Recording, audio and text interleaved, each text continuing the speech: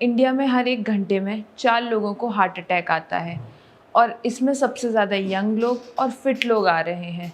ऐसे में सवाल ये उठता है कि क्या ये कोरोना वैक्सीन की वजह से हो रहा है? क्या ये जिम की वजह से हो रहा है? और ऐसे बहुत सारे मिथ जो सभी को होते हैं। नमस्कार, मैं doctor Amisha, consultant doctor at Bharat Homeopathy, और मैं आज आपको बताऊंगी कि यंग एज में हार्ट अटैक इतना ज़्यादा कॉमन क्यों हो रहा है। सबसे पहले ये समझना ज़रूरी है कि हमारा हार्ट जो है वो ऑक्सीजन और न्यूट्रिएंट्स को सप्लाई करता है पूरी बॉडी में अयोटा के थ्रू। आप ऐसा समझ सकते हैं, अगर मैं आसान भाषा में समझाऊं तो एक ऐसा पाइप जो आपकी पूरी बॉडी में खून पहुंचा रहा है, लेकिन आपके हार्ट को भी ऑक्सीजन और न्यूट्रिएंट्स की बहुत ज़्यादा ज़रूरत होती है। जैसे आपको कोई भी काम करने के लिए खाना, पानी, इन सब की ज़रूरत होती है, ऐसे ही आपके हार्ट की भी कुछ रिक्वायरमेंट्स होती हैं। तो आपके हार्ट को यही ऑक्सीजनेटेड ब्लड अयोटा से जुड़ी रहती है आर्टरी, कोरोनरी आर्टरीज, जो आपके हार्ट के ऊपर प्रेजेंट रहती हैं, वो सप्लाई करती हैं। लेकिन अगर इन्हीं कोरोनरी आर्टरी में कहीं पे ब्लॉकेज आ जाए या फिर प्लेग जमा हो जाए तो हार्ट अटैक के चांसेस बहुत ज़्यादा बढ़ जाते हैं। अब मेन क्वेश्चन ये है कि ये प्लेग बनता कैसे है और किस वजह से आता है। बहुत ज़्यादा कोलेस्ट्रॉल बढ़ने की वजह से, या फिर आप बहुत ज़्यादा प्रोसेस्ड फूड ले रहे हैं जो कि आजकल यंग एज में इंक्रीज़ हो गया है। इस सब की वजह से आर्टरीज़ में प्लेक डिपॉजिट हो जाता है। कुछ लोगों को लगता है कि ये बहुत ज़्यादा हैवी वर्कआउट की वजह से होता है।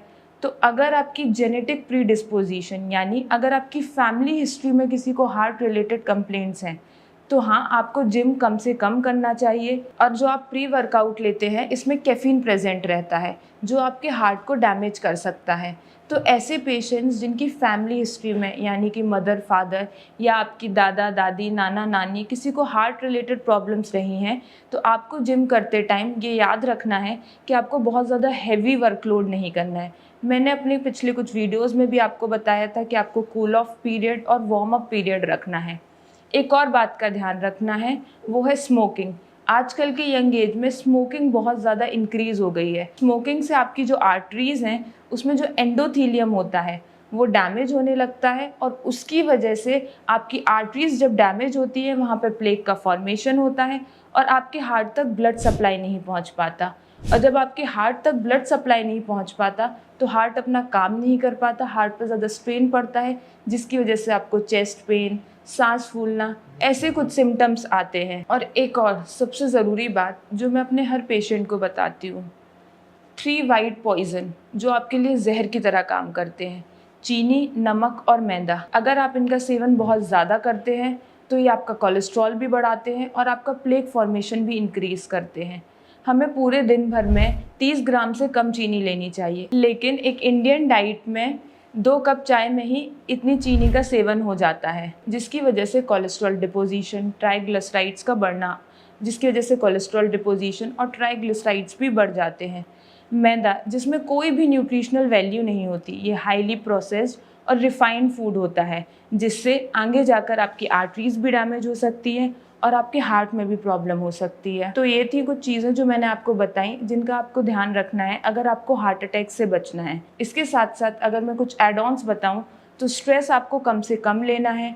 आजकल जो हमारे खाने पीने की टाइमिंग है, जो रात में लेट खाना है उसको अवॉइड करना है, नींद प्रॉपर लेनी है, 11 बजे सो जाना है, सुबह 8 बजे उठ जाना है। आपको ऐसा स्लीप शेड्यूल नहीं मेंटेन करना जहाँ आप बहुत लेट सो रहे हो और बहुत लेट उठ रहे हो, क्योंकि आपके जो हार्मोन्स हैं वो उससे डिस्टर्ब्ड होते हैं। और आपको मेडिटेशन, योगा और एक्सरसाइज इंक्लूड करना है। अगर आपको ये वीडियो इन्फॉर्मेटिव लगा हो तो लाइक करें, शेयर करें और सब्सक्राइब करें हमारे चैनल को। अगर आपको कोई भी क्वेरी है तो आप कमेंट सेक्शन में पूछ सकते हैं। अगर आपको या आपके जानने में किसी को भी हार्ट रिलेटेड प्रॉब्लम है तो आप मुझे कंसल्ट कर सकते हैं और मेरी टीम को कॉन्टैक्ट कर सकते हैं। Thank you.